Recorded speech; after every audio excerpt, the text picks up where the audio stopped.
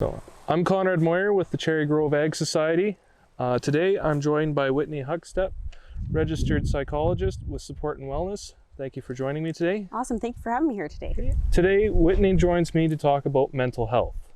Whitney, what is mental health? Well, mental health is a combination of an entire person's well-being. So we have thoughts, feelings, emotions, social connections, our understanding of our own personal world, decision-making.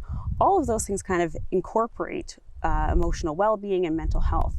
And what's important to recognize is that that falls on a continuum.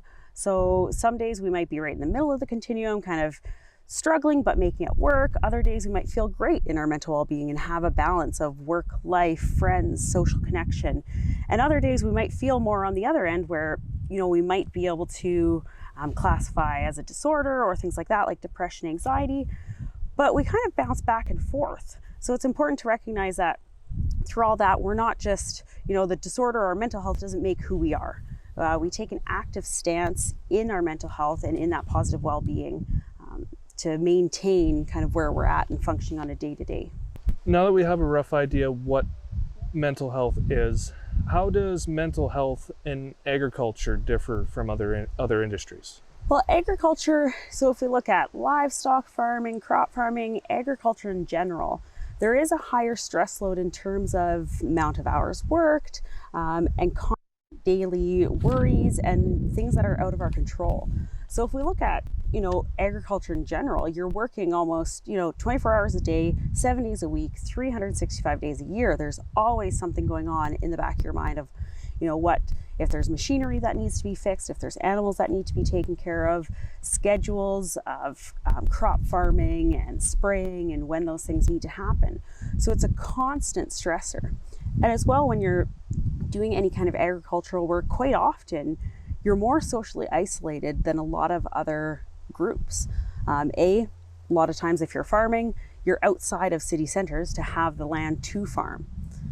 And then there's also the work-life balance. So a lot of times if you're farming, agriculture, animal welfare, anything like that, quite often people live where they farm. They live where they work.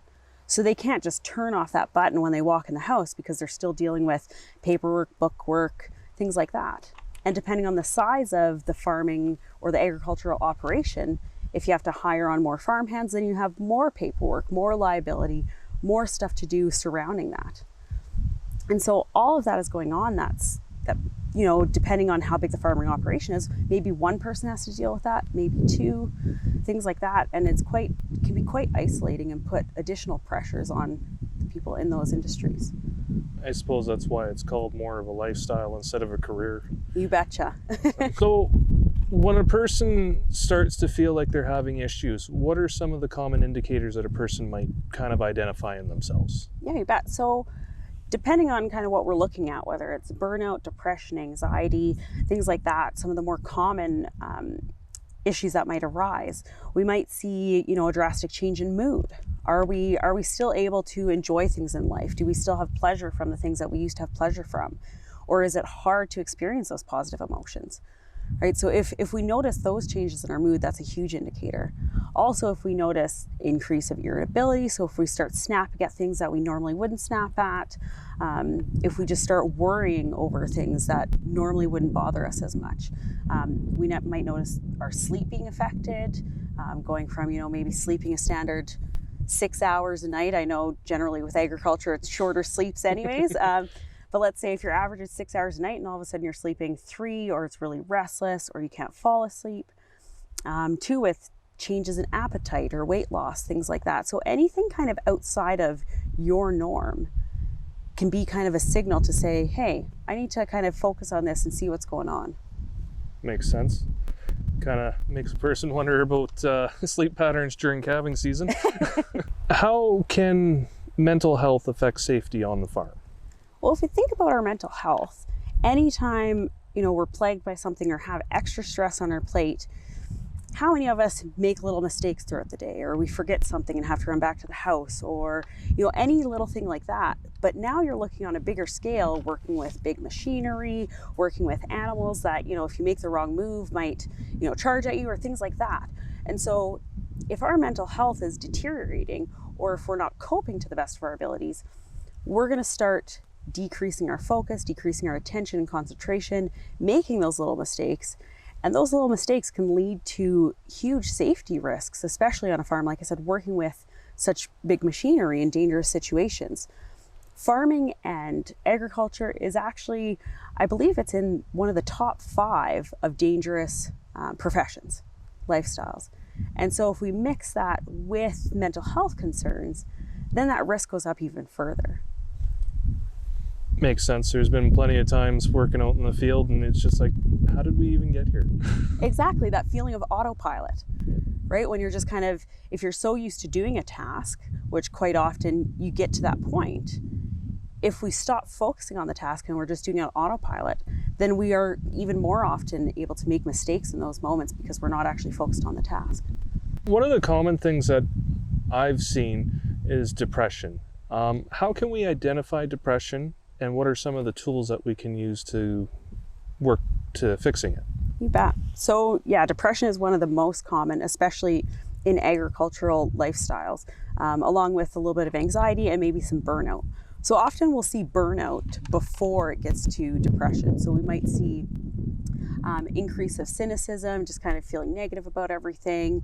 We might see feeling like almost everything is a crisis. So where previously we might say, oh, that sucks, but okay, we'll deal with that. We go into that state of almost fight or flight where it's just crisis after crisis after crisis. And that's how our brain is kind of interpreting it. And so when we get into that phase, if we don't recognize that right away and go, okay, I'm not able to relax, I'm focused on all this, I need to take a break, I need some form of kind of detachment from this, then that can lead into more serious symptoms of depression. So we might start withdrawing from our friends and family, we might stop eating, we might stop sleeping or oversleeping. We might just want to lay in bed all day. We might have lack of motivation. Some people really lose the joy for agriculture that initially brought them to that. You might notice you stop taking care of yourself. Some people stop showering and just things like that. And then there's the other side of it as well that brings in anxiety into the picture. So we might notice we're tense all the time. We can't relax. We're constantly fidgeting. We're irritable. It's just kind of those constant worries going on in our head that maybe are bigger than the actual problem in front of us. So burnout, anxiety, then depression. Yeah. I can see this time of year being causing a lot of anxiety. You bet. Well, and exactly, times of year, different, right? In the farming aspect, we got, spring season, then we got harvest, then we got seeding, and then all in between it's fixing machinery if there's any breaking. And then for the animal welfare side, if you're doing that, then you got calving season, and they're breeding, and then if there's butchering season and all of that. So there's always sometimes there's kind of ups and downs, or a roller coaster when it comes to some agricultural lifestyles, because it's kind of busy. Okay, a tiny bit of a break, but now we have to catch up from everything that we didn't get to do, whether it's home life or maintenance or things like that. Yes. Trying to manage all the time is difficult. Yeah. So when you talked about burnout, you talked about kind of getting angry and stressed out. What are some tools that we can use to manage stress? So managing stress, we almost need to be flexible. That's kind of one of the main things. So often, and we see this right now as well in the farming industry, because there's less young people coming in to kind of take over, and there's more kind of the older generation still farming and trying to continue to farm. And so some people are great at flexibility, and other people, we like it how it is. This is how we've done it, this is how we need to do it.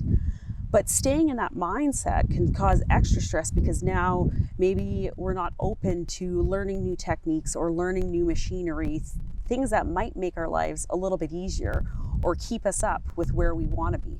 We might feel like we're falling behind, right? So being open to learn new things, willing to kind of take that help. A lot of times people are too proud. No, I don't need help. No, I'll do it on my own. But if we accept a little bit more of that into our life, open up those things, bring in social connections, which is huge, because the second we isolate ourselves, then we feel like we're going at it alone. So we need to open up those social connections, bring in some help or accept help. We need to be flexible with what we can take on, what kind of machinery we want to use, if we need to upgrade, things like that. And really kind of allow time as well, big thing, allow time for ourselves. Even though it is very much a, like I said, 24/7, 365 days a year lifestyle, it's important to make sure that you insert time for yourself, for those things that bring you joy outside of the agriculture and farming lifestyle. So, what kind of things would you suggest that would be kind of for a downtime? For something to do? What would you suggest? Yeah, that it can look different for everybody, right? So depending on the season, I know some farmers that and agricultural workers that they that's their job, but in the when the fall hits, which can sometimes not harvest fall, but it gets a little colder and they're done that part, they take some time in, whether it's they go hunting or maybe they go on a trip with their family to just kind of escape that aspect of their life, or maybe it's just taking time each day, whether it's half an hour, to just do your own thing. Some people like to meditate, some people like to just distract themselves with a book. For some people, it's just watching a half an hour sitcom at the end of the day to just not think about all of those things that are going on in the background. So, growing up in like an agriculture setting, like we all know as a kid, there's always the aggression, like hold the light, be here, do this, don't do that. Yeah. It's very, as a kid growing up, it's very strict. Yeah. Now, as myself, I'm a dad with a bunch of little ones. What's something that we can do to break the cycle where agriculture is enjoyable for the next generation coming up?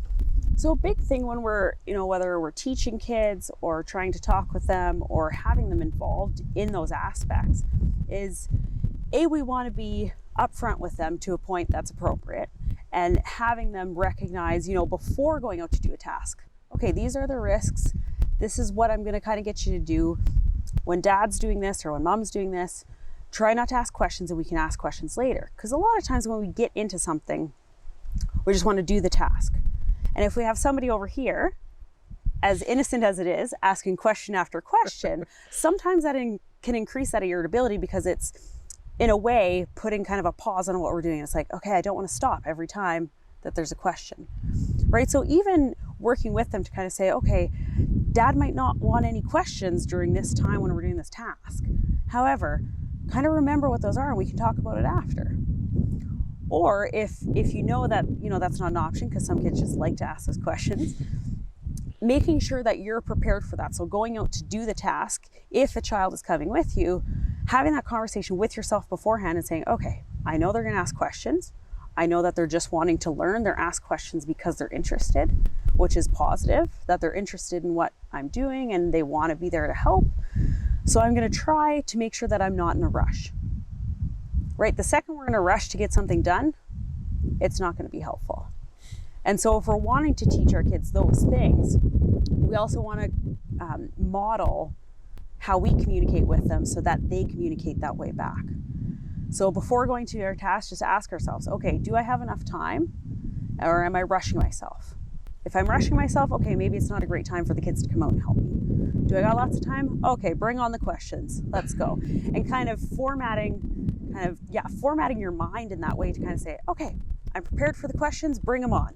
Let's go, one step at a time. What kind of questions do you got for this one? I think one of the things that I find myself is setting myself up where I don't expect anything out of the tasks that I'm doing. It's just more of a bonding time. Like, you're trying to still accomplish something, but I agree, not setting a time limit does help. You bet, that's perfect. That's awesome. So one of the things that always comes up is frustration. Cows break out of the fence, equipment breaks down. What are some of the tools that we can use to deal with that frustration? You bet. So when anything happens like that, one of the biggest things that we need to focus on is acceptance of those emotions coming up. So whether it's, like you said, cattle break out, machinery breaks, there's always going to be kind of that surge of kind of, why is this happening? This is out of my control. Now I have to spend time on this and I can't do what I was planning. And so we have to recognize that that's a natural response. right? Something has happened out of our control that has now impeded our ability to do what we want to do that day, right? And so if we kind of take a moment, kind of go, okay, I know this is happening, it's out of my control, I know I'm feeling angry about this. What is in my control? What can I control in this moment? Okay, well, does this need to be fixed today? Can I schedule it for something else? Or, okay, I know I have to get those cattle in, I can't do this on my own, so who do I know that I can call to help me? Right? So taking it kind of one step at a time. And the biggest thing as well, following that, so that's kind of dealing with it in the moment, is kind of that acceptance of it, kind of focusing on, okay, what can I control in this moment that can help me through this? After the fact, we have a tendency to not want to, quote unquote, burden our family with the stressors of the day. But really, we want to do the opposite of that. We want to throw it on them. We want to involve them in that, right? Because if we go back into the home after a long day of work with all these stressors happening and we just hold that in, we're not going to be relaxed. We're not going to be our quote unquote selves that are just kind of able to visit, chit chat, engage with our kids. We're going to have this kind of developing inside of us and kind of just that underlying kind of anger or irritability. So we want to let them know, hey, this really happened today and I was really frustrated and now I have to kind of change my timeline for this. Oh, I'm sorry if I'm kind of overwhelmed tonight. Or, hey kids, Dad had a really rough day on the farm and he was really frustrated because he got the cows out. What do you think about that? Wouldn't that be hard with all the cows running around on the road? Right? And involving them in that conversation so that they can see, oh look, Dad has all these emotions too. It's okay for me to have these emotions. And this is how Dad dealt with it. And quite often, the second we kind of talk about those things, it relieves even just a little bit of that anger, irritability, stress, because it's kind of, okay, somebody else knows about it now. It's not just me holding on to it, right? And big thing too is when we get home, when we look for that stress reliever or that relaxation, we want to, again, focus on talking to people or finding things that are more useful for us than turning to unhealthy coping mechanisms like drugs or alcohol. Quite often, and it's huge in our society, it's, oh, I'm going to go home after work and have a drink. Oh, I can't wait to get home and have a glass of wine or have a couple glasses of wine. Right? So then our response turns to, oh, if I feel stressed, I'll just drink. And then that can escalate, right? Yes. When we get more of those stressors or feeling more of those symptoms of depression, anxiety, then we might turn to that more, which will then just kind of develop patterns of unhealthy coping. So really finding those other outlets, whether it's journaling, whether it's some people like boxing to let out any anger or aggression or things like that. They have a boxing bag in their garage, or exercise. Sometimes people like to just go and exercise, doing something outside of the home. One of the biggest things too that quite often we don't do on a daily is eating healthy and drinking water, right? Sometimes we don't, people talk about getting hangry or things like that. Oh, it's huge. It affects us so much. So if we can maintain kind of a healthy diet for the most part, drinking lots of water, then at least our body is kind of regulated so that we can handle those other stressors coming in. It kind of sounds like if you take the time for yourself, you're releasing that anger, but you're also teaching your kids how to do the same thing. And I think there'd be nothing worse than coming in, holding in that anger, and then missing out on that evening time for yourself as it is because you're overwhelmed with anger. You bet. And quite often, when we get into that cycle, we then beat ourselves up for the day before for not engaging as much as we could have with our kids or not doing something that we should have, right? So we have to also learn to let that go and say, okay, today's a new day. I don't want to do that again, so I'm going to try something different today. I heard a quote that kind of said, for anger, it's kind of a punishment that we give ourselves. 100%, yeah. When should a person start seeking help for mental health concerns? Yeah, so it's kind of multiple answers to this. So some people, the sign that they get any little bit of stress, they seek help. That's just their coping mechanism. So really, anybody can seek help at any time. Sometimes people like to have that person, whether it's once a month, once every 2 months, just to kind of let everything out to. But if we notice that, okay, we're just doing this on our own, we're trying to cope, and our coping is not working, or our symptoms are getting worse, or we're using unhealthy coping strategies, that's a huge sign that, okay, maybe I need to go talk to somebody and try to figure some of this out. Or if we have big mood changes, difficulty concentrating, or even if we find that we start to have weird behaviors that are outside of our norm or how we're acting, those are also big signs that, okay, maybe it's time to go talk with somebody. When a person's ready to seek help, what are some of the resources that they can seek out, and what are the correct channels for them to take? You bet. So one of the biggest things that kind of holds people back as well is accessibility. So, one thing that has come out of COVID-19 is that so many psychologists and therapists are now online. They're doing phone sessions, they're doing online sessions. So if you have an internet connection or a phone, quite often we can now get those services that maybe we couldn't a while ago. And so when we're first looking for help, it depends on a multitude of things: location, budget, accessibility, things like that. So we can go to our local hospital, the mental health department. Their services are free. Sometimes in our local communities, the family community support services, sometimes they'll have free counseling programs as well.